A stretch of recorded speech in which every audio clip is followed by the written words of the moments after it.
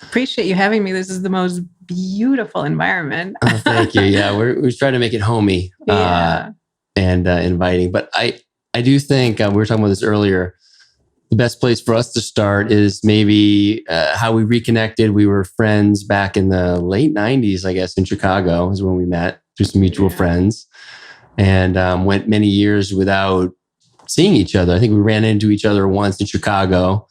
And then from then, hadn't really spoken. And then this fall. Can I start with a story about you when you're in your 20s? Oh, sure. No, I won't. I mean, there's a couple. No. we were out at a few bars, I think. We were. That was the good old days. Yeah, no, we met in Chicago, and I was trying to think, how did we connect from our 20s until I made that phone call, or I don't remember if we spoke. I want to say I just ran into you one time in Chicago, it was years ago. You had Nate at the time. Yeah. But it was like in a store, bye. Do you remember that? In the grocery store. Yeah. Yeah, real fast. But Nate was young. Yeah. Yeah. So we lost connection, and somebody I always thought fondly of, though. I don't think there was no reason, right? No. Some people, life kind of ebbs and flows in different directions. But yeah, I mean, I love how we reconnected, because I don't know if I told you the full story, but I was in a bit of a rut because I had written a book and I had a podcast and I felt really good about everything. Things were flying. The podcast was doing really well. And then I don't know if you've worked on something where there's like this sense that you've gotten to the end and you can't put your finger on it, but there's body of work that I had started was feeling like it was coming to a natural close, right? 18 years as a trader, that was where I came to. As we talked about David Data, that whole idea that you're coming to the close of this project. And for me, it was an 18-year trading career where I was deeply connected to the people in the organization, to my identity as a trader. But I was in this place where it was like really hard for me to show up every day because I felt like I was faking it. Yeah, I was a partner. And here I am just trying to make it through to kind of do enough where like I'm performing my partnerly duties, but just felt really inauthentic with that. And so I know the feeling. Yeah. And it's hard to put your finger on what that feeling is, and to honor it, right? Because there's a sense, I have a good thing going. Why would I mess with this? Maybe it's me. It's not coming to a natural close. But life has chapters, right? Things, you learn what you need to learn, or you experience what you need to experience. But I don't know that when things are going well objectively, there's a reason to stop. And so I think we're in our minds, grind through, keep pushing, right? And that was your experience with trading, right? Yeah, for sure. That year and a half of grind that I actually needed to go through. I've often thought about it. It's like, oh, it'd have been nice to leave earlier because I actually lost money the last year or so I was there, right? Yeah. But I needed to actually go through that, kind of have that painful existence of being super uncomfortable to realize that it was time for me to go. And then when that notion hit me, and we've talked about this, the hard thing would have been to stay. Like, I knew I had to leave. And on the outside, to what you're talking about with your experience, like, why would I give up all these things? Someone looking from the outside, why would you give up this job? You're a partner. You're with your best friends, building this thing. Yep. It's because that's just part of it. That's the outside. That's not actually what I'm feeling. Right. And that's the key thing, right? To connect to what you're feeling, what that experience is for you, and to honor it, right? And not listen to the noise about the accolades, the way in which there's success still to come, that your fear of missing out, all these different things start to kick in, or fear of, I don't know where I'm going. So why would I stop something if I don't have a plan, plan B? And so I had done this work on authenticity. I'd worked so hard to find something that I felt passionate about, right? I had done a business and I loved being an entrepreneur, but I didn't love the space I was in. And now I had what I loved, and I'm writing books, and the podcast is amazing. I'm coaching clients. And yet there's this sense, right, that there's a closure coming and I don't know what that is. And I'm trying to honor it. So unlike the last time when I left my business where I did what you did and I just kept pushing and grinding and forcing my will on the universe, right? Like, I'm going to make this happen. I stopped, I paused, and I recognized, oh, here it is again. And so I thought I had finally learned the idea of surrender. Yeah. Right. And I hated the word surrender because that had meant to me before giving up. Yeah. But now I knew it's like the wisdom to know that there's something bigger than me happening, and I need to honor that and explore it. So I stopped. I stopped writing. I podcasted less. I still had my coaching clients, but I had a lot of free time all of a sudden. And, as a writer, you have to wait for creativity to come. It's a different life than business where you can just keep pushing. Creating and right. Yeah. So after about 2 years, I was so frustrated and so sick of this waiting that I had mulled over, maybe I'm in the wrong thing. Maybe I should start another business. Maybe I should just do something again, right? And I remember you had left trading and you had found a passion business, Yeah, the Phoenix Rise with the new Pro Fitness League. Yeah. Yeah. And I was like, all right, I'm going to reach out. Cal's going to tell me how to get it back together again. Yeah. I killed that second chapter. Allegedly. Right? Like, I'm going to kick my own ass, get it in shape and and make it, quote, happen again. And so I made the phone call out of the blue with that singular intention. And I get on the phone and I mean, literally the opposite. You're telling me how you had gone off the grid, right? And spent the last year and a half accepting that you didn't have all the answers. So it was like the universe literally was like, nice try, but no, you're not going to get that answer. And it was such a great learning experience for me because before, really, I would argue before that phone call, I was not necessarily a one size fits all guy, but I had solutions. I was more of a solutions person. Like, you came to me like you did, like, hey, this is what's going on. It's like, okay, just go do this. But in this case, I think because I had gone on a bit of my own journey and gone inward and just seen the benefits of just sitting with what was going on and paying attention, I just listened to what you were saying and it made so much sense to what I was going through. And so rather than just suggest that you need to push through like I would have before, right? Yep. I understood that mentality. It was just clear to me that you were doing exactly what you needed to be doing, that this was a challenge for you. This was like your great teacher, right? Because for so long you've pushed through and for so long I had pushed through. And I was like, when I stopped pushing through, it felt really it was uncomfortable in the beginning, but it felt really good after a while. It's like, oh, I don't need to do all those things because those aren't even my things. Those are the ideas of how I'm supposed to be as a man, as a husband, as a dad, as someone who was a trader, as someone who did this, like all the different identities that I was wrapped up in. When I started to kind of let go of those, a good friend of mine, Ted Decker, had said to me once, just imagine if all the roles that you play, all the identities, everything that you are attached to, if you just let go of them, you didn't have to be any of them. Like, how would that feel?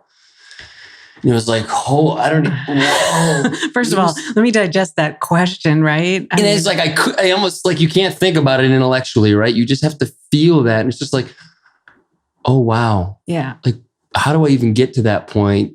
I'm not sure, but I know that there's some deep wisdom there because I felt it in my body, like everything relaxed, and that means that before I heard that, I'm not relaxed, and so there's some shit going on that I need to sort out, right? And it's just sitting with me and my stuff and being uncomfortable in the stillness, in the silence, in the not producing, achieving, checking about, like all that stuff. Yeah. Right? Yeah, because being busy, pursuing, getting successes, they're gratifying. And there's a way in which it helps your identity. I've done this thing and now it's in the world. And again, it's important, right? I don't believe we just want to like check out and not do anything and think about it all the time. I do think there's a huge value in taking what we have and bringing it forward. But the challenge is how to do that without becoming those labels that the world puts on us. I was an entrepreneur and then I became a writer and now I'm not writing. So what am I? You better go create a business or then you're not an entrepreneur anymore. Or something, right? And so I was struggling with that lack of identity. And who are you said, without those masks, without those various things. So it took me, I actually made a business card and it said writer. So I didn't have business cards anymore from my business. So, right. Like I'd walk around, people were like, do you have a card? I'm like, I do. It's like a little typewriter. And it was cute. It said writer, but it helped me to own that this isn't just a hobby. It's like something I really, want for myself. But then there's a line where that becomes an identity structure. And then who am I if I'm not writing? Oh, I'm failing because I'm not writing. Oh, you're not doing anything. And I think this is the, I don't know what to call it. Like, I don't want to say the most important, but it's such an important thing to track which parts of yourself are moving or labels that are placed on us to give structure to our life and which ones are core to who we are, right? And which ones, when we wake up in the morning, it's like, this is just my essence. This is just me in the world. And I can't even put words to it. And which ones are the things I do and how I show up. And, the Mastery series, Mastery of Love, Mastery of Self. I don't know if you've checked those out, but he talks about the masks with we Don wear. Miguel Ruiz. Yeah. A little bit. Yeah. Not enough though. He talks about what you're saying, the masks, right? We put on the mask of you're the husband, you're the father, you're the trader, you're the athlete, whatever it is. But to know that the mask goes on and the mask comes off, that there's nothing wrong with those masks, right? What's only wrong is when we can't take them off and remember who we are without them. Yeah. And so those identity crises, right, which I was in again. For sure. And I was in the middle of mine, maybe coming through it a little bit more. I had resolved it a little bit and understood, like I have gone through the painful piece of like, oh, I'm not like any of these things. And that's kind of scary because what am I holding on to? And it's like, it's just me. Yeah. And who is that underneath all that? Yeah. And listen to the vocabulary. It's just me. Right. Yeah. Well, that's the best part. Right. Eventually, but it's terrifying at first. That's right. Because there's almost, for me, it was this sense of lack. And I'm not sure exactly. I mean, I've been trying to turn that over. And where does that come from? Somewhere in my past, I felt like I wasn't enough. Right. And so like, now I'm this and I'm that, and I can attach to these identities. And so I'm this. Yeah. So now I can move forward and feel good, but it's all kind of bullshit because those are just things, identities. Yeah. It's not, as you said, me, just me. We're parents. Our children have their essence. Right. And we both know that they're not the thing they do when they're young. They're them. Yeah. And that's the most valuable, beautiful part about them. And then as we grow up, we are given all of these titles and identity structures, and that becomes how people speak about you and how you interact and introduce yourself into the world. I mean, every dinner party. So what do you do? Fucking brutal. Right? Not who are you? Right. And especially when you're like, for me, I wasn't doing anything. I was so embarrassed to say I was retired because I had judgment around that. Sure. I didn't like the way it sounded, probably from someone in my past who came across like a dick because he was super proud of being retired at a young age. And I'm like, I was embarrassed about it. Right. It was so weird. But then I didn't know how to introduce myself. What do? There was nothing. Yeah. It's like, but to your point, it's like, who are you? And a good friend of mine said that when he meets someone, he likes to say, what's new with you? It's like, damn, that's brilliant. Yeah. You know what, Cal, I'm just thinking, so our boys, I brought my son here, to everybody listening, but I was just thinking our boys just met today. I don't think they sat down and said, so what do you do when you're not at school? So what are your hobbies? What are your interests? And they didn't connect over that. They went outside and played. Yeah. Yeah. They looked at each other and went, what do you have to play with? And then they just sat in each other's essence while they played and got to know each other by just doing and being near each other. And if I said at the end of tonight, so what were Cal's kids? What are their interests? Like, so true. They don't care. They care about the person, right? And the interaction. Where do they go to school? What kind of grades do they get? It's like all that kind of. Yeah. Yeah. And somewhere along the line that shifts, and we tell each other what we do. And from that comes meaning. You're retired. Well, you think judgment of it. Somebody else is feeling judgment of themselves because they might not have money to ever retire and blah, blah, blah, blah, blah. Right. Yeah. And the exchange of just the spiritual essence of who we are. When do we get that opportunity? Yeah. Well, it's, for me, part of my growth has been able to articulate that, to be able to say that I'm retired and not feel the pangs of like uneasiness. Yeah. And just to realize that was my own bullshit. It wasn't because of anybody else that I felt that way. And just to say it as matter of fact. Now, the beauty is I'm working on other things now. And so I don't have to sit with that because it's still, I'm not entirely over it, but I can say it. Right. But it's one of those things. I think part of the reason I had judgment with is because I never felt like when I left my job that I was going to be done. And I didn't want it to seem like, oh, I'm just done pursuing whatever. Yeah. I wanted to just, I would try to say, well, I'm in kind of a learning phase, or I'm trying to figure out what the next chapter is. There's a classic, and it just seems so weak.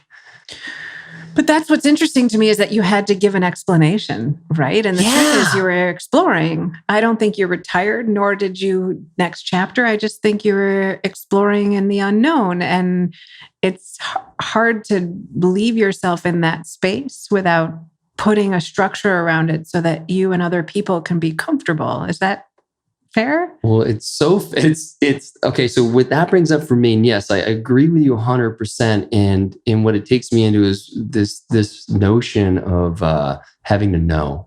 Yeah. All right. And we've talked about this, like this Krishnamurti. Right. and yeah, exactly. Like Krishnamurti says, like, there's so much about us the world that is unknown. And we're so uncomfortable with that, or I was so uncomfortable with that when I finally understood that I didn't know that much, and that was really good, I started to let go of all these things that I thought I had, that either I believed in and had to defend my ideas around them because I didn't even believe them, but I had said at some point that this was how I felt, whether it's a political thing or whatever the idea is. And now I'm attached to that versus just always being in flow of ideas coming in and having the opportunity, right? And reserving the right to change your mind. Yeah, because things are not fixed, right? I don't know. For people who are explorers, people who are growing, learning, I don't think every day I'm the same person. I don't think every month I'm the same person. Certainly not every year and decade over decade. Forget it, right? Like there's no comparison. And so to know, I'm going to stay in this relationship for 50 years, to know I'm going to move into this house and this will be the house that I die in, to know that I found my life's passion. I really did. But there's body of works, right? Like it's not a singular thing, even in that. So I don't know. And maybe I've found this and that I'll find something else. But the discomfort of the uncertainty, right? what does it mean when we don't have things that we can say for sure in our life, right? And we're just literally in that exploration phase. There's something so unnerving about that, right? And it probably goes back to our childhood in freaking school. Right. If you didn't know, you felt like an idiot. And the person who had all the answers, they were the ones, and they were the star of the class. And I think we carry that with us. Yeah. Unfortunately, for a long time. And we think that we have to know the answers. And if we don't, we bullshit. Like I said, we pick a side. And what happens? We get painted into a corner and we're defending shit we don't even believe anymore. But we said it. And maybe we said it really like emphatically. So we really, maybe at a point we believed it. Yeah. And I felt like that with a lot of the training I was doing. When I was doing CrossFit, it was the best thing. Everybody should do it. That's it. Right? And it's like, whoa, I was wrong. Not because CrossFit's bad, but because it's not what everybody needed at that point. But that was my kind of one size fits all. You know, it wasn't until I moved into later life and I started to experiment with myself. And as we talked about, I got on the Peloton and loved it. And it's like, this is very far from CrossFit, right? Or that type of bodybuilding or whatever the method is. But I understood this brought me a lot of joy. Yeah. And if that's what it's doing, because a big part of life, in my opinion, is play. Like if I can incorporate play into my training practices, well, that's pretty good. But if I'm doing something because I think it's what I'm supposed to do, because I saw someone who looks super ripped and fit and I want to look like him. Yeah. Well, that's not what I want to do. You know, I'm chasing this thing that's not really aligned with me. Yeah. Right. Yeah.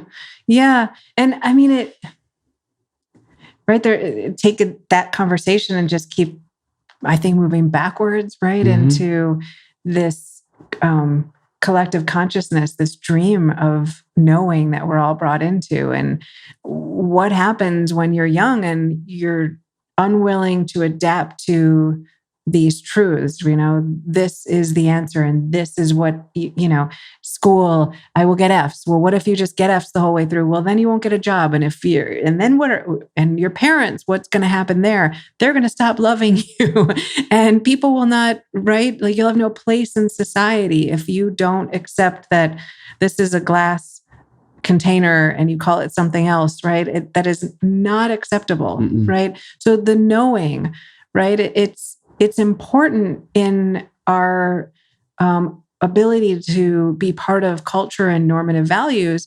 And it's how we communicate and we function in the world. But then you get stuck in these strict Peloton bikes and CrossFit. And I did yoga and I'm like, everybody needs to do yoga. Everybody. I became, and I was like, oh my God, I'm like a Jesus pusher. Like, what am I doing? I'm like, everywhere I go, I'm just like, like this is the answer to life. And it is for me at that point, it was an incredibly opening, spiritual awakening, but that might not be the journey that somebody else is on. Right. And so I believe we're here for lessons. I believe we're here to keep learning and growing. And that path that I'm on included yoga at that moment and not for you, right? And so there isn't a singular way or knowing or right answer, but we're so determined to get there, right? Because so much is on the table if you don't, right? I think it goes way past our comprehension. And if you trace a kid back and watch how seriously we take them knowing the right answer and, what parents will do if they don't and what culture does if you refuse, they'll put you in an institution. There's a lot of fear. Yeah, absolutely. But, it was funny. The one thing I wanted to touch on is you thinking once you started doing yoga that everybody needed to do it. I'm sure you shared that opinion with a lot of people. Oh my God. Much like I did with CrossFit and I did with the way to eat and this and that. And I have looked back on that period and been embarrassed. Like, dude, oh my God, you were insufferable. And me and my buddies laugh about it because we were all like that. Yeah. But here's the thing.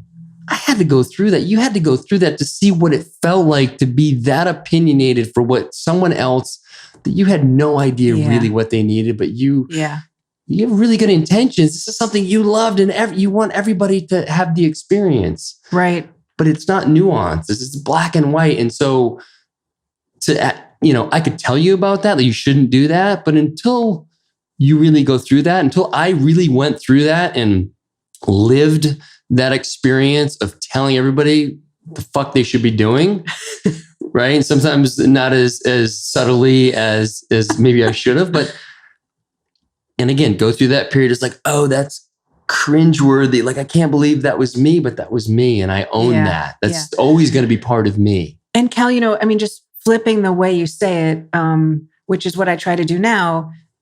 This is like been paradigm shifting for me, right? Like lately, I'm into these Akashic records. They're blowing my mind. The old Laura would have been, everybody needs to have a reading, And just for a moment, can you give a description of what Akashic records are? Sure. So I got introduced to this a year and a half ago. It's Akasha is the energy force, life force, people might say. It is the energy of your soul's journey over many, many, many lives. It's the singular source of energy that we come from. And an Akashic record reading is somebody has the ability, like a medium can connect to past people who have passed away. The Akashic record reading is somebody's ability to tap into that energy and bring out information from your soul's source energy in a way that's for your highest good in this moment. And so that intuition, that kind of sense of, I don't know why I have this weird feeling. I had this weird feeling that I needed to move, and I kept saying I need to move into a modern minimalist apartment, and I don't know what that is. But you have these moments in life where you need to change relationships, or you need to date that person, or you need to be somewhere or not somewhere, or whatever that experience is. The records help to organize that and speak to it in a way that's very profound, and it's your record, so it's specific. So give some context around that, maybe the intuition of like, I know I need to be doing this, I'm just not sure why, and then the records kind of fill in the blanks a little bit. Yeah, that and then why am I not? What is in the way? What is the fear? What is the thing? Why is this important to me? What's the lesson that's in front of me that is bigger than, while I was saying I needed to change apartments, it was a broader conversation about the change that I needed to kind of open up a new chapter of my life, right? So we're looking at the world through very practical lenses of, the job. Everybody, I want my job. I want the perfect relationship. I just want to break through the problems we're having. But underneath it is spiritual growth and lessons that we're here to learn. And that's what it kind of brings home and helps you understand, oh yeah, that's right. I'm just having fear, or that experience is meaningful to me because I'm ready for something new. And so it speaks to things at a much deeper, wise level. That intuition is a feeling, but it's hard to put the right vocabulary around. So I started doing them, and they were incredible for me, and so much so that I trained on how to do it for other people. And then, the old me would have said, everybody needs to start their day with an Akashic record. I always wanted to have my coffee and a reading every day because it was just that profound. But what I've learned is to switch that and talk about my own experience and how powerful it is for me. And if that resonates with somebody, then they will choose to step forward in it, because I think we do exactly what we need in every moment. Being pushed into workouts at the level that you were suggesting isn't right for everybody in that moment, or the diet, that you're willing to hold yourself to, right? That might have made sense for you and your buddies, but like somebody else just needed to add some vegetables, right? Like that's where they were. And so I think sharing the information without the judgment, or right, like I used to, how could you not want to do yoga? Like, what are you doing for work? Really? You're running? But that's like, so when you said that, like just putting it out there, because it's not like now all of a sudden I don't talk about it, right? You don't talk about anything because of that experience with yoga, because you were telling everybody to do yoga. It's that now it's said in a different way. It's presented like, this is something I'm doing that's been really helpful for me. Yeah. And if that resonates with you, then you should look into it for yourself. And if I resonate with you, then you should call me. But like, right, coaching and the records in my book and the podcast, like only if that resonates with you. And that's why I think all the voices out there, I heard this at the beginning.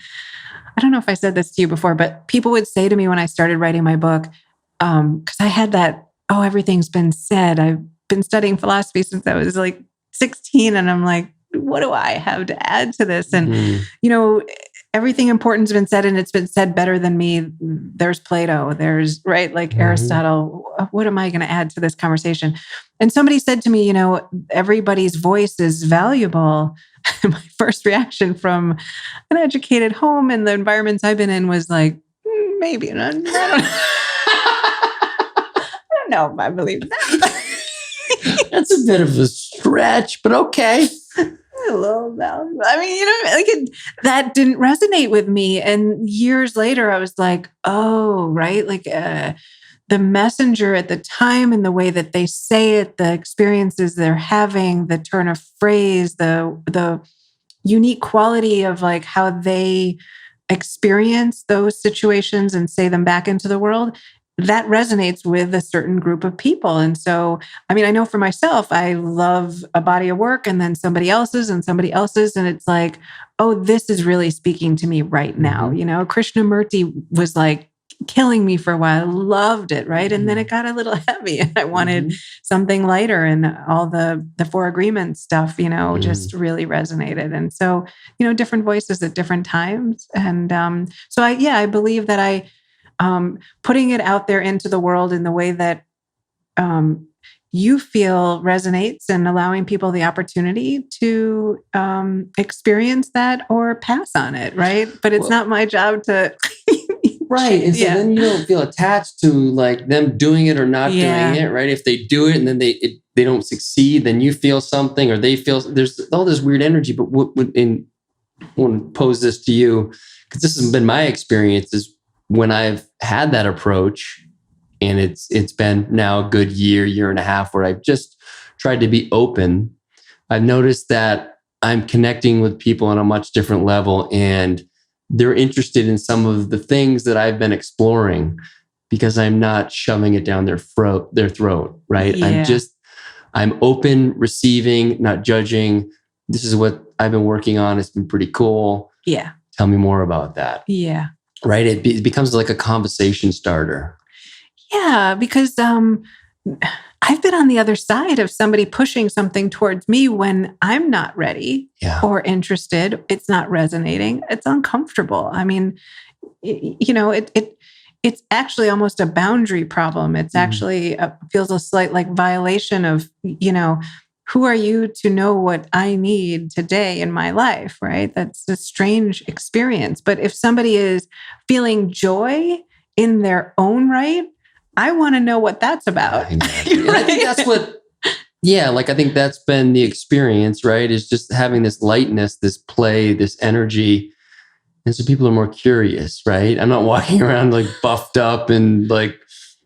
But it's also a more authentic thing, Cal, don't you think? Because if you're not trying to convince somebody or push what you have out into the world, and it truly is then for you and your own joy and lightness and play and experience, and back to our boys hanging out, there's a gravitational pull for people to come together or not, right? But that there's something more authentic and real in those moments. Because if you we've all met people who seem happy, who seem joyous, who seem contented mostly, right? Like they're not, I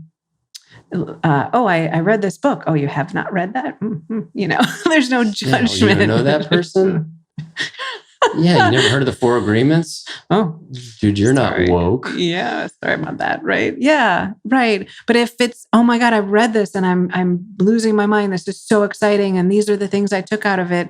Again, if that resonates, I think you'd want to check it out. At least that's what my experience is, right? But if somebody tells me that that's what I need. Yeah, that whole sales pitch. Again, it can't help but get a little cringy thinking about it. Yep. Because, and it's a great reminder of like where I was. So it's important to remember that and to honor that and to know that that's a part of me. Yeah. Right. That I am capable of that. I'm capable of everything. Right. I think we're all capable of all things. We just suppress the urge to do things, which is, I think, good in a lot of cases. But really being okay with that and giving yourself, showing yourself some kindness around that, I think is really important. Yeah. Cal, too, I feel the internet space, since that's where this is headed. In particular, you and I have talked about it a little bit, but it's filled with people telling you what you need to feel better about yourself. And the 12-step program or 3 steps or the one thing or the 4 things. And it just, I think, is such a disservice to people because it's like those fake pyramid schemes, right? Yeah, the Ponzi scheme. Yeah, because I've figured it out. Oh, you want to know? Give me $5,000, $10,000, and then I'll tell you the secret. And then, wait, I actually didn't figure anything out. I just figured out if I say that, you're all going to pay me a lot of money. And now I have a lot of money. And I just keep saying, well, I have all this money. I made 6 figures. I made 7 figures. Well, because you said you had a secret, but you don't really. It's just that you're telling people you do. It's this absolute joke out there. And so many people are doing it. And I mean, I don't know, Cal, but you've had a lot of success in your life. Nothing in my life has come out of 3 steps or 12 steps. I don't know what that even means, right? No, it's so true. And I know we've talked about this, but it's like, it's weird to say that I'm inspired by this because it's kind of, these, and it's probably going to come up a lot in these conversations, but I just see a lot of men out there, public figures that have this hypermasculine approach. And it's this 10-step program.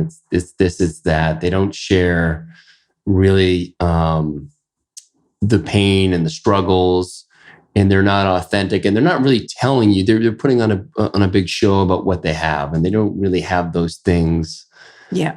It's a really kind of lacks this authenticity. And that's really one of the reasons I'm doing this, is because I didn't have men like that as mentors or those authentic voices out on social media that were doing this. Now, as I'm starting to do this work, I'm seeing more of them out there, and it's pretty awesome. Yeah. And we need a lot of men doing this work. It's an area where it's being driven by a lot of men who have been really successful within these businesses, right? And they're great orators, and they have this great energy, and there are some great principles within what they're doing. I'm not trying to throw the baby out with the bathwater, but at the same time, it's really hard for a lot of people. And again, I focus on men, but men to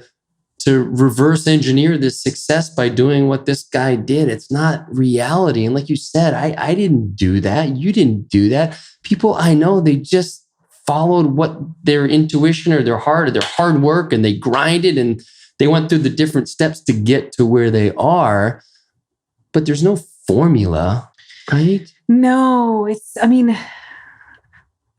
I teach prioritization of, just bear with me, prioritization of projects, right, is a thing that comes up because I ran a business. People want to know, with a huge company, how did I keep track of things? How did I deal with projects? How did we deal with vision to managing all the projects, right? There are some templated answers to that stuff, right? I could teach that on a regular basis, and I would probably say mostly the same things. But how did I sell a company? How did I get the success that I got specifically? I do not have a clue how to answer that question. So I think, to me, the packaging of how much you're getting from that experience of the 12 steps. Mm-hmm. So I think, right, like, if somebody came to you and said, I want to get in great shape, there's some formulaic things to start to do. Don't eat chips every night, right? Ice cream is probably got to go, but mostly, but the discipline, and how do you wake up on the days that you don't want to do it, and how do you push through to those next levels? And I mean, all the nuance of getting into shape, staying in shape, finding the exercises that work in your body. Right. I mean, I'm just taking a couple of stabs on it from a physical perspective. Sure. It's not what I do, but I don't know how to package that in a little program. So I think people oversell the outcome. Yeah. Yeah. I think that's the thing I've become a bit leery of, is that whole thing, that packaging of if this is where you want to go, here's the thing you need, and this is going to do it for you. Yeah. And by the way, it's me at a very high price. It's usually what people are saying. Yeah. I was listening to a podcast yesterday, Naval Ravikant on Joe Rogan. And one of the things he talks about is he has some of these philosophies, and he put them out. He started out like a Twitter, like 36, 38 deal on Twitter, like tweets with all these things. And then he has a little podcast where he talks about each tweet for like 3 or 4 minutes. Okay. Right. He does some other things. He has a website and but I don't charge anybody for it. Like, all my stuff is free, because if I'm charging you for that, then it loses like why I'm doing it. Yeah. This is just, I'm trying to upgrade the human experience through what I've learned. Right. Yeah. I thought that was really cool. Yeah. And someone would argue, well, he doesn't need the money. He's super wealthy. But it's like, what? His principles are sound. And I guess the flip side of that is, if someone's charging you a shit ton of money for these 5-step, 12-step, this whole deal, like, the red flag needs to come up, right? Like, is this really about them wanting you to get better, or is it really about them trying to create their own wealth on your back? And Cal, too, I mean, I don't know. I'd be curious what your view of it is. But I guess I wonder why you're asking, what it is that you're asking them for in that question. Are you coming to somebody legitimately to learn a few tricks and some tools, knowing that that's what it is, right? It's a subset of things, and people have a ton to offer. Or is it fear or lack within yourself that you're trying to get to the other side of? Sure. Because I think if you're coming legitimately to learn a few, if I came to you and said, Cal, teach me 10 things to take my body to a whole new level. Here's where I'm at. Help me out. I think you'd have so much to offer. But if I came to you because I'm so insecure that I'm not where I need to be, and I can't even get started in this process because there's all these insurmountable, like, the outcome of what I want feels unattainable, and I'm never going to get there. And then I'm just going to blindly say yes to everything you say, even though I know in my heart of hearts, Laura, you need a jog at 5 a.m. I'm not going to jog 5 a.m, right? Like, I can't even acknowledge what I will or won't do. Like, I think that's what I wonder about is often when we look to others for models for success, is it coming from fear or lack, or is it coming from, a place of interest and knowledge? Yeah. And I don't want to be misunderstood either, because it made it sound like no one should pay for anything ever. Like for sure, there are teachers out there that are worth their time, and it's expensive, and for sure spend time with them to learn, maybe it's their craft, their energy. I think the one person for me that comes to mind is Peter Crone. And I've seen him on the Heal documentary. He was on the Broken Brain podcast, and the podcast blew me away. And it's like, for me, kind of everything, it felt like everything that he was saying was the work that I want to do. It was really inspiring to me. And so what I'll probably do is I will spend some time with him, because I want to learn more about this whole process. Yeah. He's been in it for 20 years. Yeah. I'm just kind of digging into it. He's a true teacher. Yeah. And the way he articulates it, how it resonates with me. And so for men like him, for people like him, again, like, yes, spend your money with those that truly inspire you, not the ones that are, have the flashy website where it looks like, they have all this kind of this service offering at this X, whatever the price is. And then all of a sudden you're not really gaining anything. You're just getting some few more steps, but you're not learning, right? Mm-hmm. There's you're following someone else's process. And I only say this from experience. I've spent a lot of money on bullshit things. Me too. Right? Yeah. And it's why they're still out there. It's because people like us are continuing to buy it.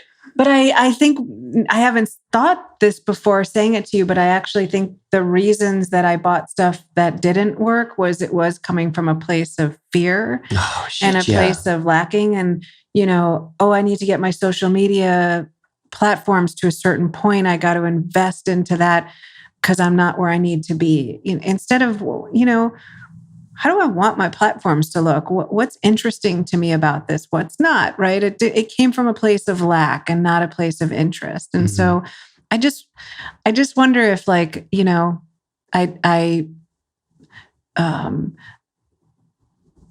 times where I've spent money, effort, energy, and it's coming from that insecurity, versus interest, excitement, joy, like growth, opportunity, right? Those always seem to work. And the ones that come from that other place always seem to lead me into spaces where I'm like, what am I doing here? It's deeply inauthentic. I don't want this, right? And I tried now to just honor anything that's coming from that scarcity, that anxious, insecure spot, right? It's a signaling, right? Yeah. I just spent what to sign up for? Oh, fuck, dude. Okay, get your shit together, dude. Yeah. Like, you're enough. Yeah. And you feel it when you're doing it. Yeah, you feel that this is going to be the thing that, fills that void. And generally I won't follow through on it because it's just a bullshit thing. Right. I'll stop after 2 weeks. And there are many of those littered in my inbox. But what I have noticed recently is I've been much more mindful of those areas where I want to spend my money, but more importantly, my time. Right. And I think that's been a big shift for me, is understanding how important my time is. And the quick fix things, I just know now they don't work. It's not to say that I'm not going to still sign up for some along the way. I know that will happen because there will be moments where I'm feeling that like I'm not enough and I'll do this and this will complete me. Yeah. So there's still iterations of that I need to work through. But ultimately, I am seeing how I'm spending my time and my resources. And I feel really good when I look back over the last 6-8 months, like very mindful of where I'm going. And really, for a while it was about the money, but now I understand the time, the time away from my family. Peyton, my wife, would always say, when you're choosing this, when you say yes to this thing, you're saying no to something else. So just know that. And for a long time, it was like, I get what you're saying. It's like, I didn't get it at all. I just wanted to go do this thing, right? Because I was chasing something. That's for a whole nother podcast. Right. But now I understand that when I'm away from my family, like I really want it to count. Yeah. I don't want to be some bullshit trip or chasing something for a sense of lack, right? Yeah. I want it to be some sort of growth that allows me to come back as a better father, husband, person, friend, brother, you know. And Cal, I think what you're saying is so cool because, we're sitting in this beautiful home and you've done so much with your life and you've had a lot of objective successes. And yet, I sign up for this one thing because I don't feel enough, right? And and I'm sure I'm going to do it again. And I think there's some concept that when you get your life into a certain shape or order, that feeling's going to go away. I've been studying authenticity and working on these topics forever. And, I had to admit to my coach, I think a year ago, I was like, I feel like I need to tell people that I've got it worked out because how can I study this night and day and still not be like, like everything is aligned and I'm right. But when you hear the Dalai Lama and Thich Nhat Hanh and these great spiritual teachers, they keep saying every breath, I have to keep coming back to my body because my mind takes me away from my truth. Right. Mm-hmm. And it's not a solvable problem, I think, in this lifetime. And so it's as a human in the human experience, right? Our totally minds pull us away from that. So I think there is this like very, unfortunate hope in all of us, including myself, that I will at some point get to a place where completion. I'm there, I'm peace, and the peace is I'm bulletproof. Everything's going to be water off a duck's back. I'm just going to, right? For sure. Move through it. But that's not the promise, right? It's you will have nice stuff and life will take on a certain level of ease. And I think the more you practice these spiritual teachings, the more resilient you do become to stuff, and you can continue to evolve and grow and take on challenges and push yourself to different levels. But if you do 100 sit-ups and then a month later you haven't done them, it doesn't stick. It's the same thing, right? Like if you have a spiritual practice, you have to practice it on a regular basis because scarcity and fear and all these things, right? They come back. They don't just hold, unfortunately. No, and it's a great example with the sit-ups, right? Like there's a million different things that we kind of want to be good at and have mastery over, right? And I think the thing that I finally settled into is that there are going to be things that are more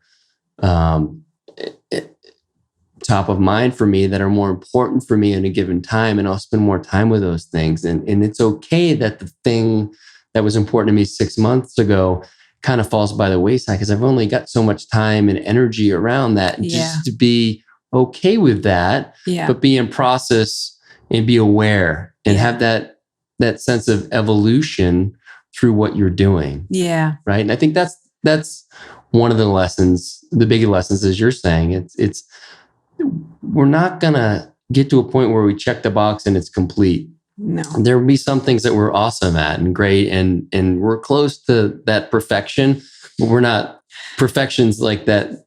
Yeah. It's the false God. No. And when you think how many emotional states are there, right? Self-doubt, self-worth, victim, right? Like I could list a couple dozen in a heartbeat: jealousy, fear. To master all of those in a lifetime, right? Anger, resentments. Come on, it's not. So how many can you master? And put the time, focus, energy in, and same thing with your life. Like how many different ways can you move your body? I mean, I get so annoyed because you get great physically at something and then you go do something else and you're sore as hell. Like it doesn't transfer. No. It's like I went and played tennis and my arm was killing me. And I'm like, really? Like, how much harder is that than a chaturanga in yoga? But slightly different muscles being used. And so I think perfectionism, right? Looking for an opportunity to get to a place of emotional bliss, physical health, wellness. I had this like epiphany the other day. It's like, wow, if I master 5 emotions in a lifetime, that's a lot, actually. Shit ton. Like if I get really good at not getting angry or not harboring resentments or something, right? Like those are hard. Really hard. It's really hard. I found it's only when I can really ground into the present moment that I can have some success around those things. And it all balances on that. And when I have my mind, that's ruminating on something, or it's focusing on what I need to be doing next, or something I've already done, that future, past, all that kind of BS. Like there's no growth. There's no sinking into, time with my kids, my wife, my friends, whatever it is, myself, right? Those mindfulness practices, it really, it's all about being here, now, as Ram Dass would say. But like that's been such, and it's so tricky because once you start to learn about it, you're like, fuck, it's really hard to be here now. A lot. Hardest. But again, back to the kids, right? We were all born able to be absolutely present. It's the only thing they're extraordinary at, right? They can't cook, they have no skills in the world, but they can be present in the moment without worrying about what's coming and what time dinner is and what happened 2 hours ago. Whatever fight they had with their friend is gone, right? And so I think our children are our greatest teachers, but I also feel that all of us have it within us to live in these moments. We've just had it educated out of us over, our lifetimes. And coming back to that, Sufism, Rumi, there's a beautiful saying that we're born with 1,000 veils over our soul, and our life is removing those veils to get to our truth, right? And love that. Yeah. I think there's something really beautiful about that. And how do we stay in the present moment? How do we keep our minds from thinking about, where we're not, how we're not good enough? And Marianne Williamson puts it that beautiful way. We're either in the path of fear or we're in the path of love, right? And I sometimes like to just simplify. I mean, there's so much to think about with these journeys, but all of those negative emotions, just toss them all under fear. All the positive stuff, just put it under love. Like, mostly in a day, am I coming from a place of love or am I coming from a place of fear? And hopefully on balance, right? Yeah. I do think our children, if we allow them to be, can be our greatest teachers, you know? And so that's something that I've been working on lately. I know we've talked about a lot, and just being present with them and just letting them kind of guide, right? And letting them be who they are. And remind us who we are. Yeah. So anyway, thanks, Laura, for coming. It's been awesome having you here. Oh my God. I could go on for hours with you. This is so much fun. Thank you.